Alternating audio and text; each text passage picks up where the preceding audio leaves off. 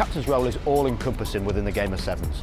You have to collate everyone's vision, you've got to live and breathe the behaviours of the team, and ultimately be the one responsible for passing on that message. You've got to make sure everything you are doing is about the team values and the team behaviours. You often see leaders really showing what they're about in terms of their personality with their actions. Tom Mitchell, captain, fantastic. There aren't many playmakers or point scorers better than this guy.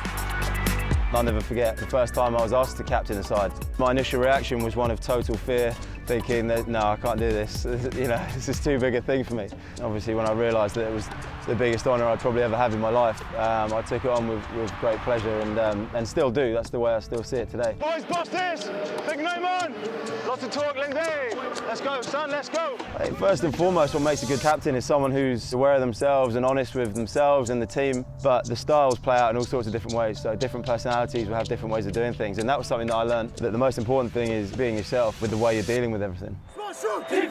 There's a lot to contend with as a captain, not only throughout the tournament, the ups and downs of it, and trying to get the best out of the boys as you go through 6 tough games, but also in-game, in that 14 minutes, there are very few stoppages. Your decision-making has to be done in split seconds, and often you're making those decisions under great fatigue. Well, they've decided that they will not take the kick.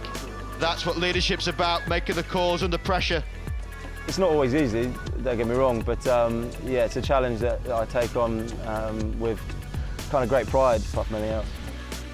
It's a huge honour to be the captain of the team. Not only do you get to run out first for your country, but there's 2 types of captains, I suppose. There's ones that lead by their communication skills, and there's others that lead by example. And I suppose the one who does it the most by example is KARL. The way he galvanises his team is not always a superstar, but you need someone to link all those great players around you, and he's the sort of glue on that side, and he's a perfect example of that.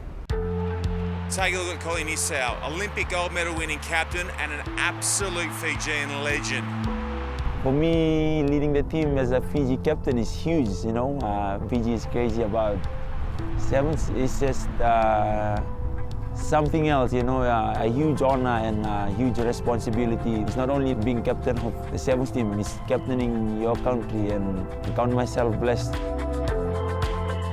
My philosophy is always to lead from the front, so whatever I say, I try and live it.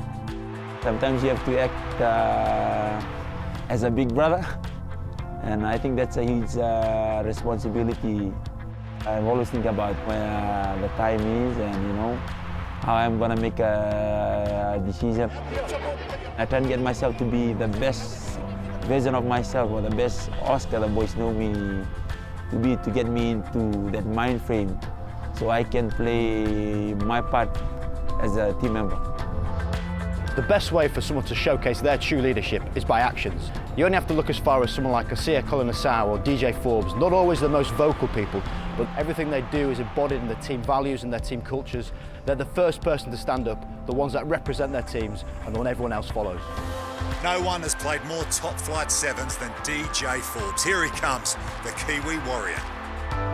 I've been here for 11 seasons, and I think I'm being captain for 9 of them. And I had some really good years, and there's some legends that have gone before me, and I just really wanted to, do the captaincy justice. I don't know probably the secret behind a good captain, but I think there's a lot of attributes that go a long way, and one that I've probably tried to emulate the most is being really selfless. In a team sport, obviously that plays a massive part, and I think that's probably one of the main reasons why I've been around so long. It's, I guess, one of those captains that wants to do the jobs that no one else probably wants to do. Someone that just likes to put their head down, and as long as the team's succeeding within, they know that they've done their bit as a captain. The captain's role is all-encompassing, not just on the pitch, but as soon as you walk off it, you've got to handle the media relations. They're the ones that have the communication skills with their managers, with their coaches, making sure that everything represents the players. When you got the boys on a day off and you get summoned to a captain's photo or some media, that's always a tough gig. And then obviously, I guess, when things aren't going too well, there's always going to be the finger pointing, and I guess when you sign up for the job, especially for the captaincy, you got to take the good with the bad, and it really grows you as a man, and really tests your character. There's a lot of privileges, and I suppose the first one for me is the honour of being able to run out first, leading your team out. I think also those special moments you have when you come into a screaming stadium, 40,000 people, and you're in the middle of a huddle, there's something special about it, and something that I know I'll really savour for a long time.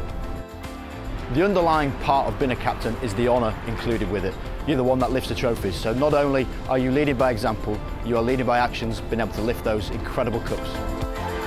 It's just such a great sense of pride in the team, not just coming through 6 really tough games and beating the other top teams in the world, but the culmination of all that hard work, all the grind you put in, the hard choices you have to make along the way. You kind of think that that's all been worth it in those moments.